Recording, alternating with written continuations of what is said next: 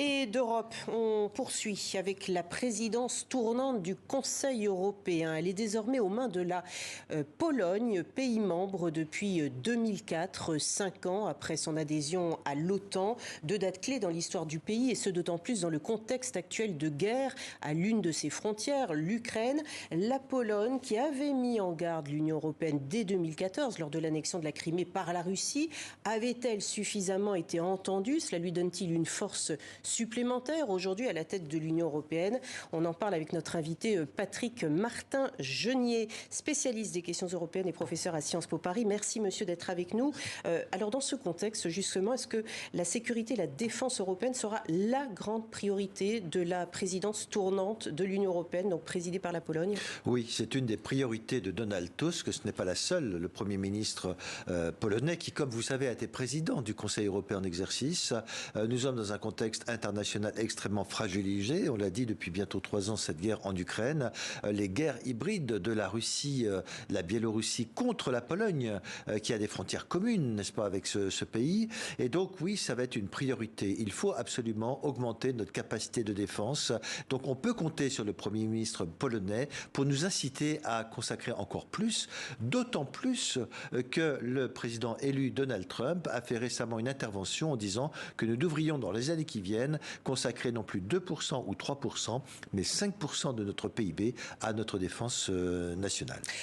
Et justement, la Pologne y est presque, puisqu'elle oui. consacre 4,7%, voilà. En tout cas c'est ce qu'elle prévoit de consacrer en 2025 par rapport à son PIB. Ça ferait de la Pologne le plus gros contributeur, en tout cas au niveau de l'idée d'une Europe de la défense. Oui. Est-ce qu'elle a le pouvoir d'entraîner justement ces 26 partenaires? Je pense, oui, qu'elle a une capacité d'entraînement. C'est devenu le bon élève de l'Union européenne en termes de défense, qui est capable de montrer qu'elle peut résister par tous les moyens à la guerre, mais aussi à la guerre hybride déclenchée par Vladimir Poutine à l'encontre non seulement de la Pologne et des pays limitrophes, mais aussi de l'Union européenne. Oui, il peut avoir une capacité d'entraînement avec la pression naturellement des États-Unis. Et donc, il est très important que les États consacrent bien plus d'argent à leur défense nationale. Et d'ailleurs, depuis la première administration Trump, des efforts ont été faits, puisqu'il y a désormais plus d'une dizaine de pays de l'Union européenne qui consacrent plus de 2% de leur PIB à leur défense. Donc, je crois que Donald Tusk va mettre cela sur son agenda. Il y aura des réunions à Varsovie pour inciter les États à dépenser encore plus. Évidemment, nous sommes dans un contexte de restriction budgétaire, mais je crois qu'il va dire que nous n'avons pas le choix et qu'on doit avancer sur le chapitre de la défense, même si, encore une fois, il n'y a pas véritablement de défense européenne, mais on doit le préparer. Est-ce que vous partagez l'idée qu'a émise le dernier secrétaire général de l'OTAN sur le risque justement que les efforts qui seraient mis sur la défense européenne soient négatifs par rapport au budget de l'OTAN ? Non, je ne pense pas. C'est tout à fait complémentaire. Et d'ailleurs, Donald Trump lui dit, l'argent qui sera consacré à la défense par les différents pays de l'Union européenne qui sont membres de l'OTAN, ce sera pour contribuer à la défense et donc aux efforts de défense faits par l'OTAN. Et donc, c'est une contribution supplémentaire. Ce n'est pas du tout contradictoire. Les deux moyens financiers doivent se cumuler. Et évidemment, dès lors que vous consacrez plus à votre défense nationale, eh bien, ce sont des dépenses qui vont également qui vont aider les forces de l'OTAN. C'est bien ce que veut Donald Trump. Il veut qu'on aide les Américains à renforcer notre capacité financière, à mieux nous défendre. Donc tout cela n'est pas du tout contradictoire, au contraire, c'est tout à fait complémentaire. Au-delà de la sécurité, quelles sont les ambitions de leadership européen de Donald Tusk ? Je pense qu'il va continuer sur l'agenda qui avait été celui des précédents présidents de présidence. La dernière a été un peu paralysée du fait que c'était Viktor Orban de la Hongrie, mais aussi parce qu'il y a eu des élections. Il a fallu mettre en place la Commission européenne.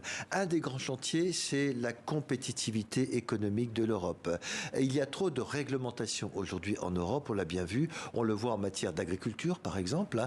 Donc effectivement, il y a eu un rapport sur la compétitivité et l'objectif est de renforcer, de diminuer les réglementations qui sont peut-être parfois excessives pour faciliter l'activité économique. Mais c'est pas dans l'air du temps, ça ?